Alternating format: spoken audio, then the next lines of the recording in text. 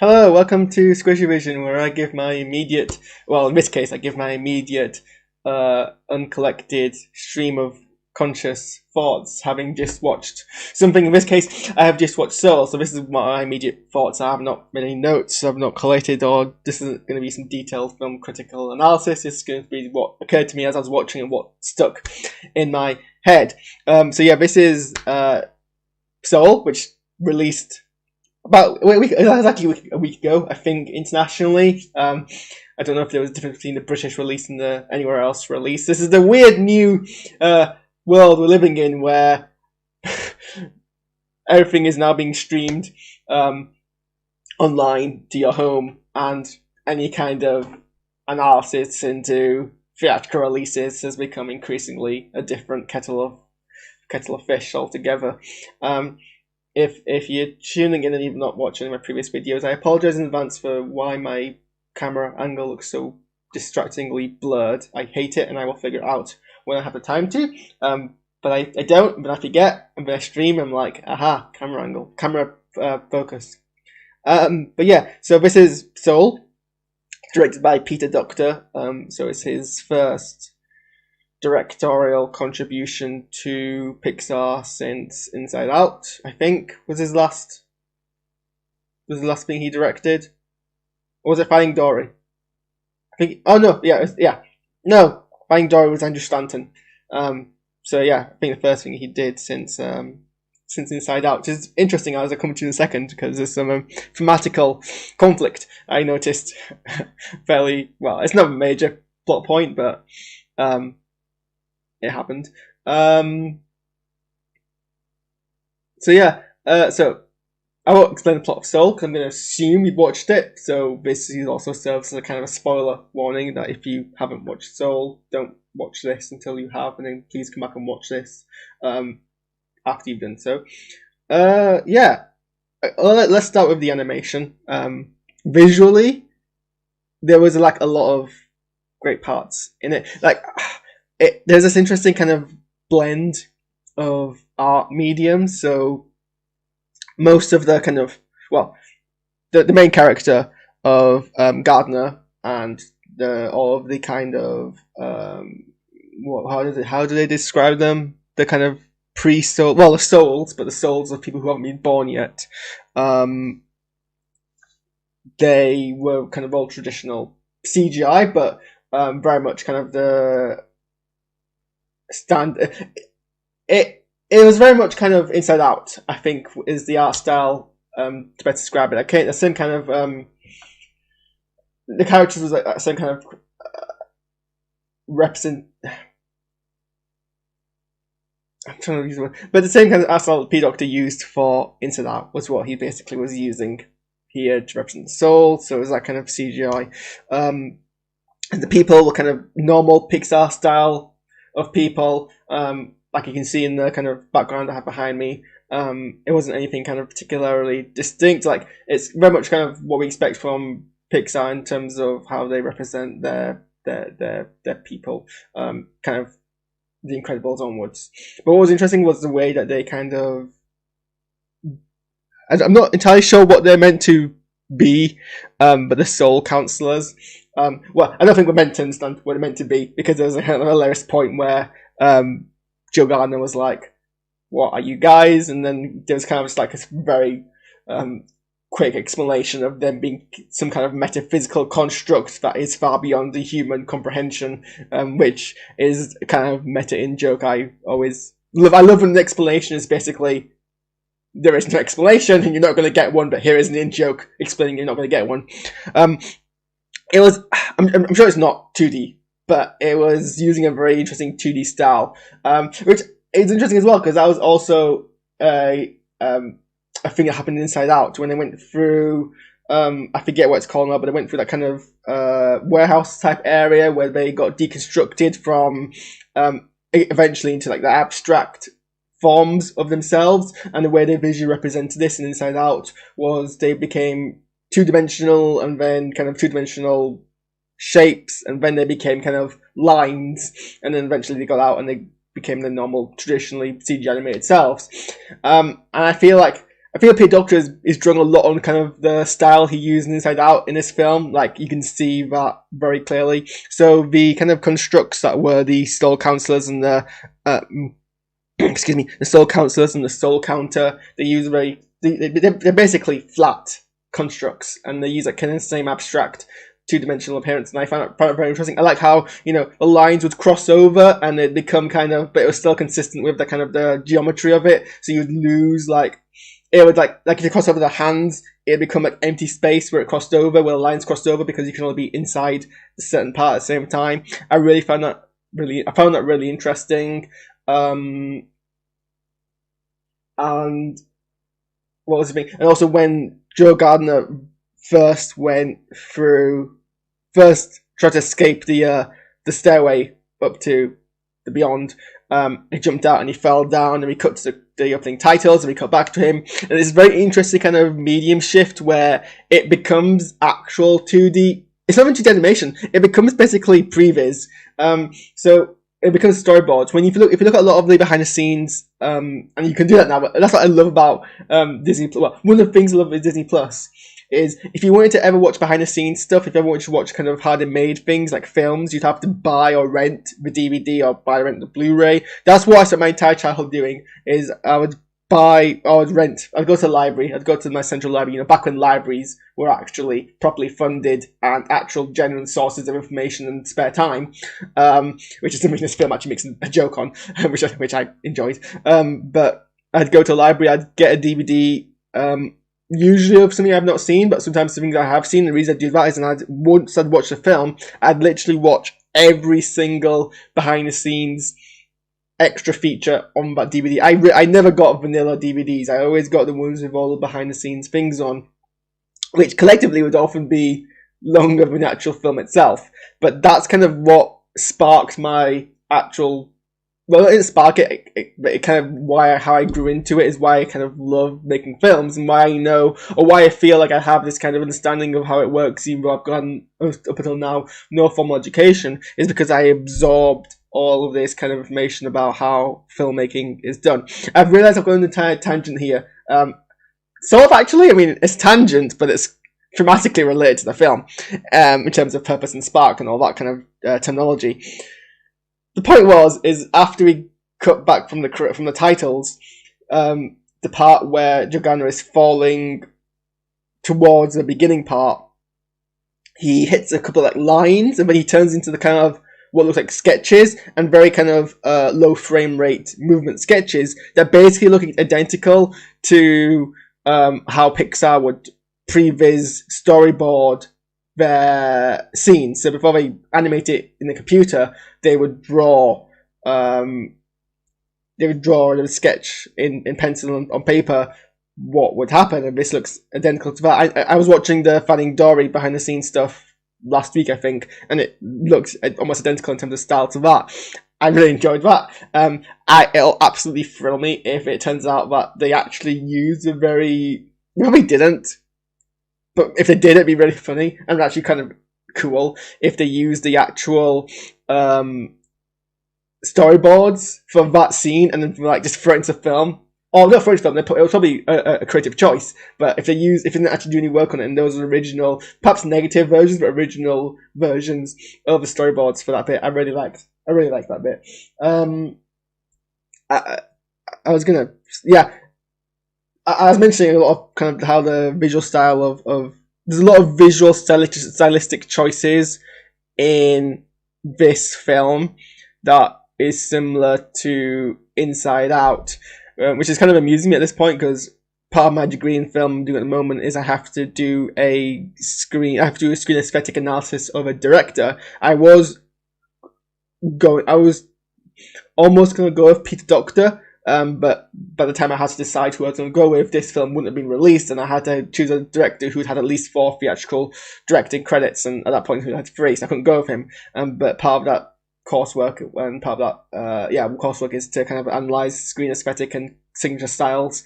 So it's kind of interesting that I'm managing to connect all these signature styles between his work in Soul and his work in Inside Out, because if this film had been released earlier, this would be kind of thing I'd be singing that. But it's interesting that there's all these kind of visual connections between here and Inside Out, because Inside Out also kind of deals thematically a lot with what this film deals with thematically, in terms of no, Peter Doctor was no. The reason Peter Doctor wasn't on my list, Katie, was because he hadn't directed 4 films by that point, so I couldn't have chosen him, even if I wanted to. But because Inside Out also deals kind of very much with the idea of how it's not a main purpose, because it's mostly about balancing your emotions rather than developing your emotions. But as part of that, there is kind of some discussion about, well, there's some visual portrayal of your emotions developing. Like the opening part of the film is essentially seeing Riley's emotions develop as she gets older. So that kind of implies strongly that you're born as a blank slate, and your memories kind of form who you are as a person, form your ability to function as a human being, and your purpose and things like that. To a degree, it kind of messes around with those thematic points. And then you get this film, which then actually establishes that a lot of your personality is actually pre-chosen by these constructs before you're born.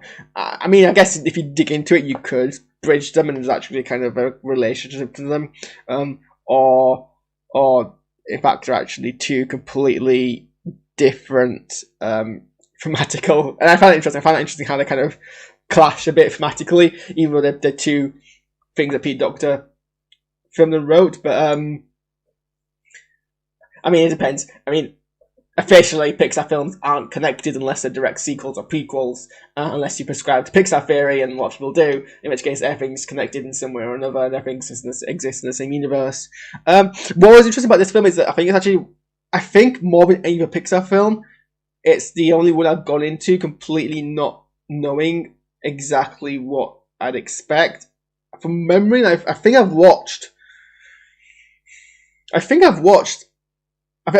missed a trailer for this film, but I might have done. But from the 1 or 2 trailers I've seen, it did not go into any kind of detail or depth. And Pixar trailers don't tend to. They rarely do.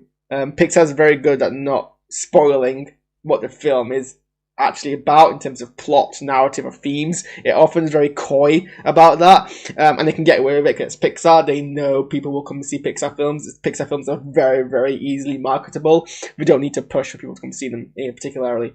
But even then, it's pretty obvious what Finding Dory, even if not thematically, even if not entirely narratively, you're going to see a film related to Finding Nemo. You're going to get Dory. It's going to be set in the sea. It's going to be some kind of adventure. Inside Out, even if thematically and narratively you're not sure what you're going to get, it's roughly about emotions. I mean, a lot of press releases were about that. I might not have absorbed a lot of press releases about Soul, or they might have not just, it might have been very extremely coy. It's the only, there was. Part of that is, even though I love Pixar and always see every single Pixar film as soon as it hopefully comes out, it wasn't one which kind of grabbed my attention particularly. I wasn't kind of very I'm buzzing to wait for it to come out. I really want to see what it's about. I kind of was very much at the back of my mind, and I wasn't really particularly thinking about it until it came out and I decided to watch it. So basically what I'm saying is, more than perhaps a lot of other films that I have seen, Pixar films, this is probably when I came into the most blind about what it was I was actually gonna get out of it, which I think was a good thing, because it meant I was able to basically absorb it with a blank slate and let the messages of the film stand on their own. And coming out of it, it is perhaps one of the most deepest Pixar films I think I've ever seen. Pixar doesn't shy away from dealing with deep emotional issues. That's been the case the entire time. Toy Story, at the face of it, is a children's film about toys that come to life. And when you go into it, it's about belonging, and it's always been about belonging and finding your place and feeling secure in your identity. It's always been about those themes. And that, and it's pretty deep in that. Toy Story 2 continues that. It's very, like, the whole Toy Story films show that very, very deeply, very, very intimately. I mean, I've always had a very strong intimate connection to Toy Story because I was born the year it came out. I think that is pretty much a unique privilege that people in my year have. People who were born in my year will have if they, growing up in Toy Story. I suppose, or if you're slightly older. I suppose if you were born between 1990 and 1995, I guess you would have been in the right age to then identify as Toy Story being something you grew up with at the same time it grew up, in a sense. But even then, like, when you get to Toy Story 3, one of the plot points was Andy was moving away to university, and that synced up to when I was moving away to university. So that kind of just really made it more of an intimate connection to a film. But like, things like Inside Out has very strong, powerful themes about emotions and how it's okay to have emotions, and be sad. It's a very important film to teach people when, as a society, we kind of tell people to repress their emotions. So yeah, Pixar doesn't shy away from deep issues. But this is deep enough that, honestly, I'd probably have to watch it again to really absorb a lot of the messages that it's trying to push through. I mean, it's very easy to, it's not a complicated film, it's very easy to understand what it's telling you at a base level and even an intermediate level, but it does pose a lot of questions it doesn't answer, which is kind of what makes it very deep, because you need to kind of think about, you need to be able to go through it piece by piece and then stop and it's like when you're reading a book. It's something you can do more easily with a book than you can do with a film. Is that when a book posits to you a very deep psychological question, you can just pause the book and think about it and then go back into the book. And that's something I often do sometimes when I'm absorbing very deep books. You can't do it with a film. A film expects you to kind of watch it in one single viewing. The film's pacing relies strongly on you watching it uninterrupted without pausing or stepping away, because then you break the kind of emotional rhythm of the medium you're absorbing. So you need to always, it's so for that reason it's kind of for me to watch the first time and then watch the second time, and then maybe even a couple more times, and then kind of appreciate what all of the kind of messages it's asking you, because it does asks a lot of questions about purpose, and what life is, and that's a deep question for what is this? Well, I hate the phrase children's film, and I don't use it. Unironically. I don't use it not unironically, but I don't use it literally. That's not the right word either. I use it without meaning it. There's a word I'm trying to find here. I don't know what it is, but I don't think a film, either a family film, in terms of describing its intended audience and its appropriate audience, but if you're making a film for children and you feel that means you have to dumb it down so it's inaccessible to people who are older, you're doing your films wrong. If your film's designed for children, it should be accessible to everyone. Otherwise, you are alienating a big age group, but you're also disrespecting your target audience if you think that they can't deal with deep themes. You need to make sure, obviously, the deep themes are not expressed in a too inaccessible manner, but doesn't mean you can't express the same themes. Pixar's very good at not dumbing down anything. Like, I'm 25 and I can watch a Pixar film, and I don't feel like things are being dumbed down in this film more than all. I think I need to watch it again to really appreciate a lot of the themes towards it, and kind of whether or not it has a real answer, because this is something which Peter Docter explains in an interview he did for Inside Out, and it's one of the things which actually made me reconsider where I was in terms of a storyteller.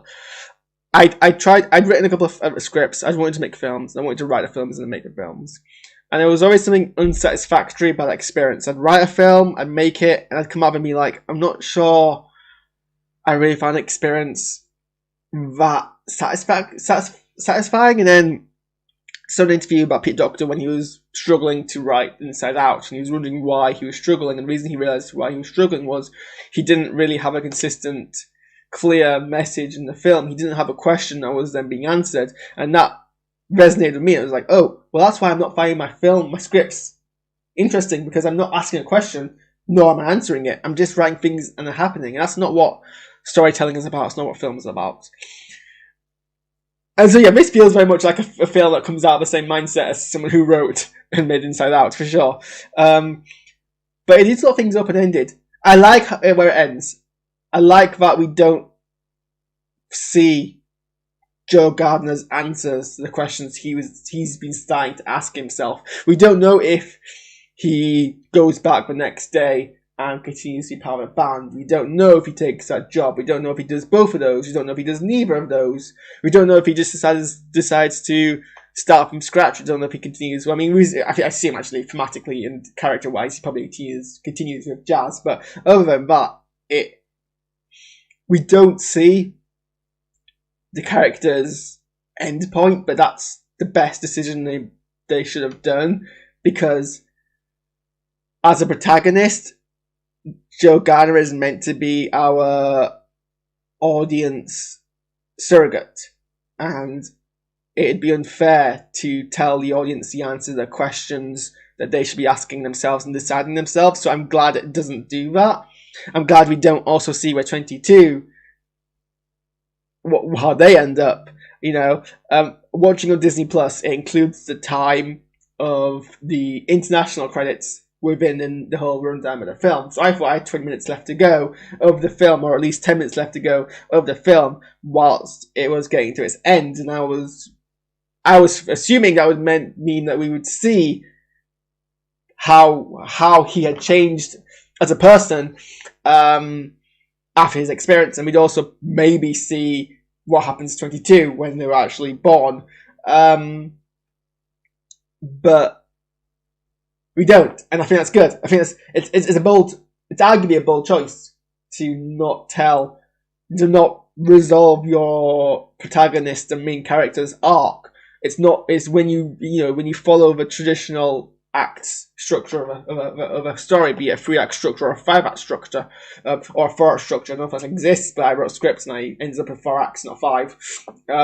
But your last act is often establishing how your character has changed, but we don't get that. We get some of it. We get the fact, we get told he's changed. We can see he has changed. We see how he started to change. We don't see how he finishes changing. And I think that's a very interesting open end to leave your film at. And definitely for a Pixar film as well. Especially when a lot of Pixar films are about the evolution of the characters. You compare it to someone like Joy. You can compare how Joy ends up in a film, you can compare how Joy starts a film, and you can extrapolate her story arc. You can see how Lightning McQueen ends Cars, or even Cars 3, if you take the entire trilogy as or even just Cars 1 and Cars 2 and Cars 3, even if it's just Cars 1 and Cars 3, and we continue to pretend Cars 2 didn't actually happen. Even if you do that, you can see a story arc for Lightning McQueen. Here, we kind of get the Star Wars story arc, we get the peak story arc, we get the resolution, but we cut it just before we get to the end point resolution, and I think I do like that, thematically. I am completely musically ignorant to, I don't expect any deep sonic soundscape analysis from me, but I feel if you're somebody who is very in tune with kind of the feeling and emotions and colour of music, this film would probably very much resonate to you, because obviously the main character is a jazz artist, and there are comparisons and analysis and allegories between music and the plot, and the music is used to help colour the film effectively. It was effective for me, and I don't know the first thing about music, so I think it was very effective if you're going to know a lot about music as well. So that's good. It's definitely it's a hard film to talk over, because you want to be able to let the music and the soundscape draw you into the film, because it relies heavily on that. There was a bit of the film which maybe, as a viewer, I find fish out of water plots extremely uncomfortable to watch. I just don't like secondhand embarrassment or cringe humor. I get it's a thing, and I get why it's appealing. I get why every medium is appealing, but personally, it doesn't resonate. I don't like feeling embarrassed, so I don't like feeling secondhand embarrassment. It doesn't make me. I understand the humor. I just don't. I find it more uncomfortable and I find it humorous. And fish out of water plots often rely strongly, and traditionally at least, on secondhand cringe. There are some very good fish out of water stories which avoid that, but usually they do so by ending the out of water aspect fairly early on. Say for example, 4 avoids it more than it kind of deals with it. For re-established 4 is actually quite intelligent and is able to adapt to being in the new surroundings more than anyone else, more than a traditional fish out of water story. But a lot of the humour relies on the fact that 22 is a fish out of water. She is the soul who is now on Earth and doesn't know what to really do with it at the beginning, and so a lot of humour relies on that. And I don't like that humour. I don't like secondhand cringe, second embarrassment and cringe humour. So that was the only off-putting thing about the film to me. But I understand it's it's important for the film for it to be the case. So it was bearable because the film does something interesting with it. I'm just never going to be a fan of fish out of water plots. I just don't like it. But to its credit, it does balance it. Okay. Like, it knows when to... It knows when to tone it down and let it not be the case. I like seeing hearing Richard Ayoade be more voices in things. He was somewhat underused in The Mandalorian. But it was great hearing him in this. That was a very good casting choice. You don't tend to get many British comedians on American films so much. So it was, I think, I was happy to hear him because I just love his voice. I also recognise Angela Bassett's voice as well. I didn't click at first at Graham Norton. Graham Norton is a surprise casting for a Pixar film. I don't think it's something I expected to ever hear. Graham Norton be a character in a Pixar film, but Graham Norton is a character in a Pixar film. I think I need to watch the scenes again and appreciate it's Graham Norton I'm hearing. Okay, I think I'm just about running out of steam in my thoughts. Mainly because I've not really resolved my thoughts in this film. My entire last kind of, I don't know, for the last kind of, at least the last 7 years, maybe 10 years of my life, 15 I think it's too young, at least since I've been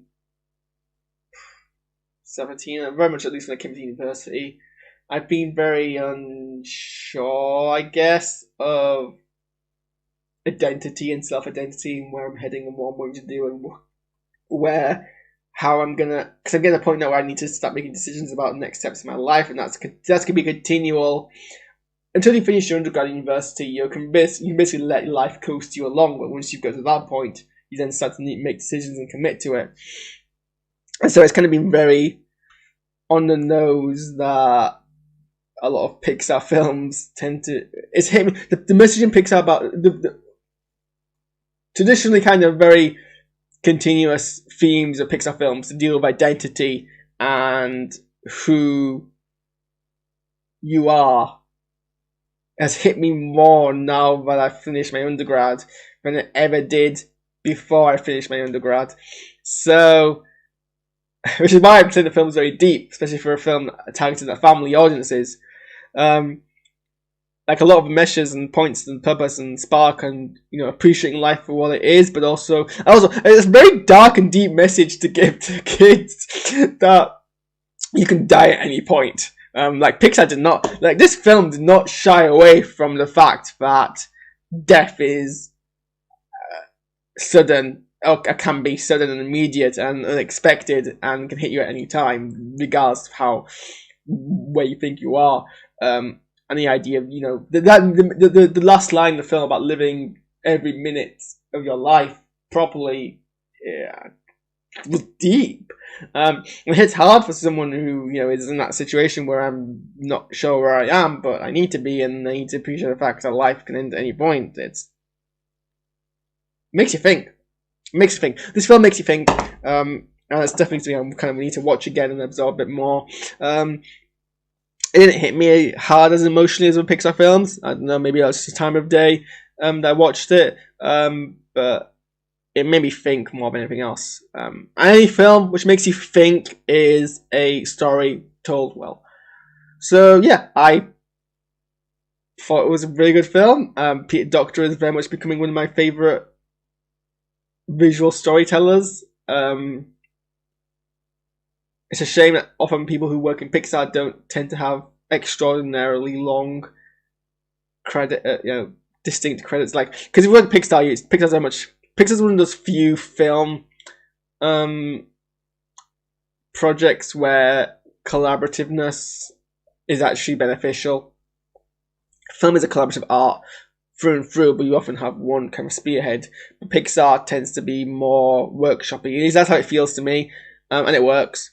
But it often means that, you know, even though Peter Docter has had his fingers in pies of pretty much every Pixar film that's ever made, very few of them are attached to him as the prominent creator. So it's like I've seen all of his films, and I kind of want to dig more into Peter Docter's head as a storyteller, but I'm going to have to wait until he makes something else to basically get more feel for that. But those are my thoughts on this film. And in about half an hour's time, I'm going to be watching Doctor Who, so I should probably get some other tasks done in the meantime. And then I'll hopefully be able to live stream my thoughts on Doctor Who on here, but I managed to accidentally schedule D&D straight after, so it might be later at night, and hopefully I've not forgotten too much about what I was going to say, but tune into that. I don't know why I tapped my nose as if it was a subtle message about things and telling you to watch my channel more. All 2 to 3 people who watch this. Yeah, thanks for that, and I will see you guys when I next. Well, I just told you when you next go see me, so you know what? I'm just gonna end because I can't do endings. Bye.